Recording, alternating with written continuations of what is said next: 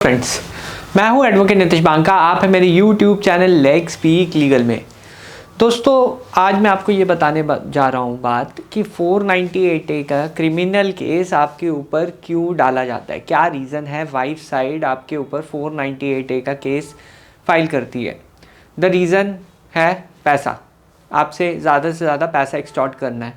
तो ये criminal case आपके जो 498A का क्रिमिनल केस है वो उसकी जो इंटेंशन है वो हेल्प करेगा कि आपसे जितना ज़्यादा पैसा एक्सटॉर्ट करा जाए। अब वाइफ साइड की चलो रीज़नेबल डिमांड है तो पूरी भी कर ली जाए, पर ये डिमांड होती है आपका पूरा का पूरा घर, जिसमें आपके पेरेंट्स शायद ओनर हो, वो पूरा घर चाहिए, उसे आपकी सारी की सारी सैलरी चाहिए, जो आपकी सेविंग्स है वो भी चाहिए। ये एक तरीके से एक्सपेक्टेशंस हैं आजकल वाइफ साइड की आपसे कि आप ये एक्सपेक्टेशंस पूरा करिए। आप चाहे रोड पे रहिए, उसे कोई परवाह नहीं है, और उसकी एक्सपेक्टेशन ये सारी मीटअप होनी चाहिए। क्यों? क्योंकि उसे सिक्योरिटी चाहिए।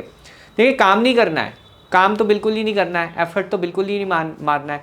आप बैठे हो ना एफर्ट मारने के लिए सारा। तो ये सारी की सारी एक्सपेक्टेशन वाइफ साइड की रहती है, और ये बहुत ही गलत एक्सपेक्टेशंस हैं। आपसे एक्सपेक्ट किया जाता है आप ही कमा के सब कुछ दे दीजिए वाइफ साइड को चुपचाप से। तो ये एक तरीके से एक्सपेक्टेशंस के बहाव में ये केसेस फाइल किए जाते हैं। पर देखिए, आपको घबराने की बिल्कुल ज़रूरत नहीं है, क्योंकि ऐसी जो इम्प्रैक्टिकल अप्रोच है वाइफ साइड की कभी भी पूरी नहीं होती है। और कभी भी जो है उसका जो अगर उसे रिश्ता भी सुधारना है, उसे आपके पास वापस भी आना है। कई केसेस होते हैं, अभी मैं एक मीडिएशन अटेंड कर रहा था, ये सब केस फाइल करने के बाद जब वाइफ साइड को कुछ नहीं मिला, ज़ीरो मेंटेनेंस करवा दी, और 498A में भी स्टे वगैरह हो गया, तो वाइफ साइड को अब वापस आना है। बड़ी कन्वीनियंटली कहती कि जी मैं तो साथ रहना चाहती हूँ अब, क्योंकि अकेले उसका गुजारा हो नहीं रहा है। अकेले देखिए मेहनत करनी पड़ती है, पैसे कमाने के लिए मेहनत करनी पड़ती है, सब मेहनत करते हैं, बट वाइफ साइड को केसेस करने थे। ये 498A का केस करना था या मेंटेनेंस का केस करना था तो पैसा मिले ताकि, बट ये चीज़ें इम्प्रैक्टिकल होती हैं, कभी भी पूरी नहीं होती हैं। और ख़ासकर तब जब आप बिल्कुल स्ट्रैटेजी के साथ कोर्ट में जाते हैं तो बिल्कुल भी ये चीज़ पूरी नहीं होगी वाइफ साइड की।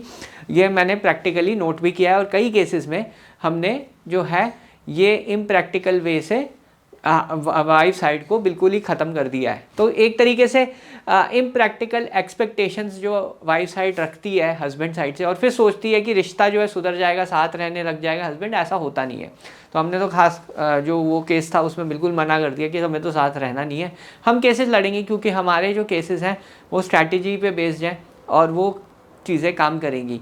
तो ऐसी ही स्ट्रैटेजी को लेके मैं आज जो ये वीडियो लेके आया हूँ 498A का, जिसमें मैं आपको ये बताने जा रहा हूँ कि 498A के केस में ऐसी क्या चीज़ आप चार्जशीट में पकड़ सकते हैं जिससे आपका जो एक्विटल है वो कंफर्म्ड हो जाएगा, बहुत इजीली आपका एक्विटल होगा। ये आज मैं स्ट्रैटेजी बताने जा रहा हूँ। देखिए दोस्तों, क्या होता है कि जब भी आपका ऊपर 498A का केस होता है, मनी एक ऑब्जेक्टिव होता है, कुछ हुआ तो होता नहीं है, कोई एविडेंस होता नहीं है, फिर भी ये केस सालों साल चलते हैं। ऐसा क्यों होता है वो भी मैं आपको समझाऊंगा, और क्या चीज़ ऐसी चीज़ पकड़ें जिससे जो है आपको फ़ायदा होगा इस केस में, वो भी मैं आपको पूरा बताऊंगा।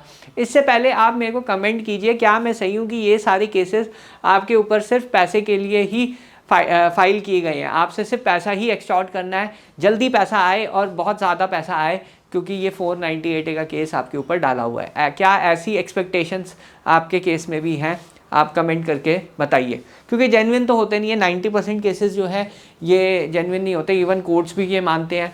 ऑनरेबल सुप्रीम कोर्ट की भी जजमेंट है कि ये तो मिसयूज़ ही होता है, लीगल टेररिज्म है। बहुत सारी जजमेंट्स आई हैं जो ऑनरेबल सुप्रीम कोर्ट तक कहते हैं ये। तो अब दोस्तों, मैं आपसे के सामने बात करने वाला हूँ कि ये पूरा प्रक्रिया क्या होती है, प्रोसेस क्या होता है। देखिए, सबसे पहले FIR लॉन्च होती है, पुलिस कंप्लेंट पे एलिगेशंस होते हैं, और जो क्रिमिनल इन्वेस्टिगेशन जो है इनिशिएट कर दी जाती है FIR जब लॉन्च होती है। FIR का मतलब आपकी क्रिमिनल मशीनरी स्विच ऑन हो गई है। ये एक तरीके से बटन है, ठीक है, क्रिमिनल मशीनरी शुरू हो गई है। आपको नोटिस भेजा जाएगा, आपको जो है पुलिस स्टेशन बुलाया जाएगा, और पुलिस जो है तफ्तीश करती है। अब तफ्तीश का मतलब ये होता है कि एविडेंस कलेक्ट करना। एविडेंस में क्या आता है? एविडेंस में जो ये स्टेटमेंट्स हैं 180 ये 180 BNSS हो गया है अब, और 161 पहले CRPC की स्टेटमेंट होती है, वो जो है पुलिस रिकॉर्ड करती है, इनके रिलेटिव्स वगैरह ये सब चीज़ें जो हैं वो सारी रिकॉर्डिंग होती है। और ये सारा एविडेंस कलेक्ट किया जाता है। अब दोस्तों मैं आपको ये बताने जा रहा हूँ कि जो ये स्टेटमेंट होती है वो कैसे रिकॉर्ड होती है, मैं बताता हूँ। वाइफ साइड को फ़ोन आता है आईओ साहब का, आईओ साहब कहते हैं जी आपकी स्टेटमेंट रिकॉर्ड करनी है। वाइफ साइड कहती है जी आ जाइए हमारे घर, आ जाइए, घर में चाय समोसों पर ये सारी स्टेटमेंट रिकॉर्ड कर ली जाती है पुलिस स्टेशन, पुलिस के द्वारा चाय वाय पी जाती है, समोसे वगैरह खाए जाते हैं, और ये स्टेटमेंट जो है यही इन्वेस्टिगेशन होती है 498 में। और कोई जो है, कभी आपने देखा है कि 498 के केस में स्त्रीधन रिकवर हुआ हो, डाउरी आर्टिकल्स रिकवर हुए हो किसी व्यक्ति के? क्योंकि डाउरी होती ही नहीं है, ना स्त्रीधन होता है कई केसेस में। मैं कहता हूँ कई केसेस जेन्युइन होते हैं, बट जेन्युइन केसेस में भी जो है कभी भी पुलिस ज़्यादा सीरियसली नहीं लेती इन केसेस को। और जनरली जो स्टेटमेंट ये रिकॉर्ड की जाती है वो क्या होते हैं, वाइफ के खुद के रिलेटिव्स। वो तो वाइफ के फेवर में ही गवाही देंगे, वो अलग थोड़ी ना गवाही दे देंगे। तो वो जो भी गवाही देते हैं वो सारी स्टेटमेंट जो है पुलिस की इन्वेस्टिगेशन का पार्ट होती हैं, जिसे हम 161 की स्टेटमेंट कहते हैं, या 180 BNSS जो अभी आ गया है। उसके बाद यही स्टेटमेंट्स लेके चार्जशीट फाइल कर दी जाती है, सीधा सीधा चार्जशीट फाइल कर दी जाती है। अब यहाँ पे आप चिल्लाते रह जाएंगे कि जो केस है मेरा जेन्युइन है, ये फेक केस मेरे ऊपर फाइल किया हुआ है, आप चिल्लाते रह जाएंगे, पुलिस आपकी कुछ नहीं सुनेगा। क्योंकि पुलिस जो है वो वन साइडेड इन्वेस्टिगेशन हमेशा करती है, फेयर इन्वेस्टिगेशन की तो बात ही नहीं है 498A के केस में। अगर आपके ऊपर कंप्लेंट या FIR हुई है तो चार्जशीट आपके ऊपर फाइल होगी, और ये जो स्टेटमेंट्स हैं विटनेसेस की ये रिकॉर्ड होंगी, और ये स्टेटमेंट्स वाइफ की विटनेस होंगे, जो कि इंटरेस्टेड विटनेस भी हम कहते हैं।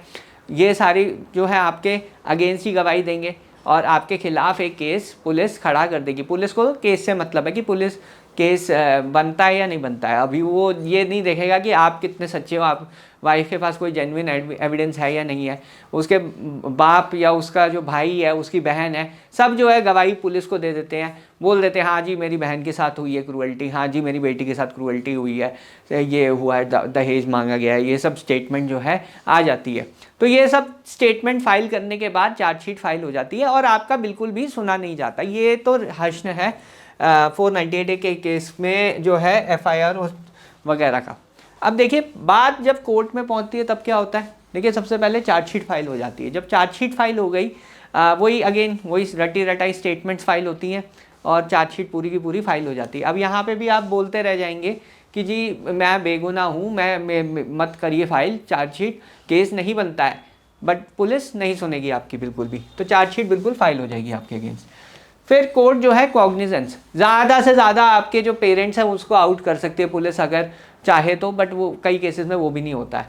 एक अभी मैं केस लड़ रहा था, उसमें ये हुआ था कि जी वहाँ पे ये हुआ था कि 354 के एलिगेशन लगाए थे। शुक्र है पुलिस ने जो है वो मोबाइल लोकेशन, जो टावर लोकेशन है, वो एविडेंस करके जो है बोला था कि फादर और ब्रदर के खिलाफ नहीं बनता है, वो चार्जशीट में लिखा हुआ था। तो नहीं तो उसमें भी हमारे खिलाफ चार्जेस फ्रेम हो जाते हैं अगर पुलिस ने वो चीज़ इन्वेस्टिगेट नहीं की होती तो कई केसेस में कर भी देती है, बट कई मोस्टली केसेस में नहीं होता है। फिर नेक्स्ट होता है कॉग्निजेंस। कॉग्निजेंस में मैजिस्ट्रेट सिर्फ चार्जशीट और उसका कंटेंट देखते हैं और आपको समन्स इशू कर देते हैं। अभी यहाँ पे आपका एविडेंस नहीं आया है क्योंकि आपकी साइड से कुछ आया ही नहीं है, तो मैजिस्ट्रेट वो देखेगा भी नहीं। तो वन साइडेड इन्वेस्टिगेशन का रिजल्ट कॉग्निजेंस ही होता है। तो आपको और आपके रिलेटिव्स को इस स्टेज पे समन्स इशू कर दिए जाते हैं कि आइए आप ट्रायल फेस कीजिए।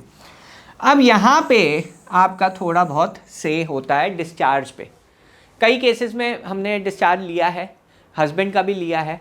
वो इस ग्राउंड पे लिया था कि जो डिस्चार्ज है आपका वो मेंटेनेबल इस ग्राउंड पे हुआ था कि वो इंग्रेडिएंट नहीं बनते थे, 498 का केस ही नहीं बनता था ऐसे, और या फिर वेग या जनरल एलिगेशंस पे डिस्चार्ज पॉसिबल है। वेग और जनरल एलिगेशंस हैं या फिर ऑफेंस ही नहीं बनता, इंग्रेडिएंट्स ही नहीं है, तो इस पे आप आर्ग्यू कर सकते हैं। ये एक स्टेज है जहाँ पे आपको लिमिटेड आप आर्ग्यू कर सकते हो, पर इसमें भी आप अपना एविडेंस नहीं दिखा पाएंगे क्योंकि कोर्ट इस स्टेज पे एविडेंस नहीं देखेगा।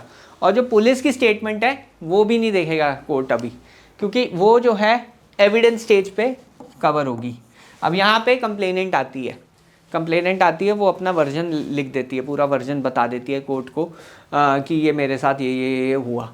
अब यहाँ पे दोस्तों जो मैंने आपको बताया कि पुलिस स्टेटमेंट, जो पुलिस को दी हुई स्टेटमेंट और जो कंप्लेनेंट का वर्जन आया, दोनों में कॉन्ट्रडिक्शन हो सकता है।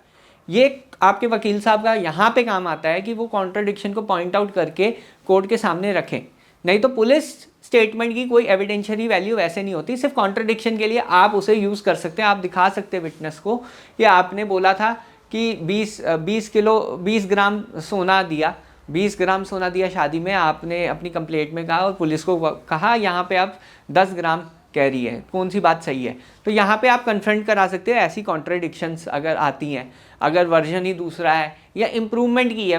कंप्लेनेंट कई बार कहती है कि मेरे को तो मारा पीटा भी है और कंप्लेंट में कुछ नहीं कहती कि मेरे को मारा पीटा है, या कुछ और रिलेटिव्स को इन्वॉल्व कर लेती है अपनी स्टेटमेंट, तो वहाँ पे इम्प्रूवमेंट आ गई। वो चीज़ आप कन्फ्रंट कर सकते हैं इस स्टेज पे। तो यहाँ पे जो है, जो मैं आपको बता रहा हूँ कि ये चीज़ आपको देखनी पड़ेगी, ये चीज़ बड़ी ध्यानदेह है और बहुत सारे लॉयर्स मिस कर देते हैं इस स्टेज को। पुलिस की स्टेटमेंट अलग होती है और जो कोर्ट में दे रही है स्टेटमेंट वो अलग होती है। आपका काम है वहाँ पे कॉन्ट्रडिक्शन पॉइंट आउट करना, उसे ऑन रिकॉर्ड लाना। जब तक वो ऑन रिकॉर्ड नहीं आएगी उसका कोई बेनिफिट नहीं होगा। तो यहाँ पे आप उस चीज़ का फ़ायदा लीजिए। स्टेटमेंट ऑफ एक्यूज और जजमेंट नेक्स्ट स्टेज आ जाती है। तो यहाँ पे जो मैं आपको मेजर, जो मेरा वीडियो बनाने का पर्पस ये था कि पुलिस की जो स्टेटमेंट है, जो कि मैंने आपको बताया था कि समोसा चाय पे रिकॉर्ड होती है, उस स्टेटमेंट को आपको यूज़ करना है इस स्टेज पे।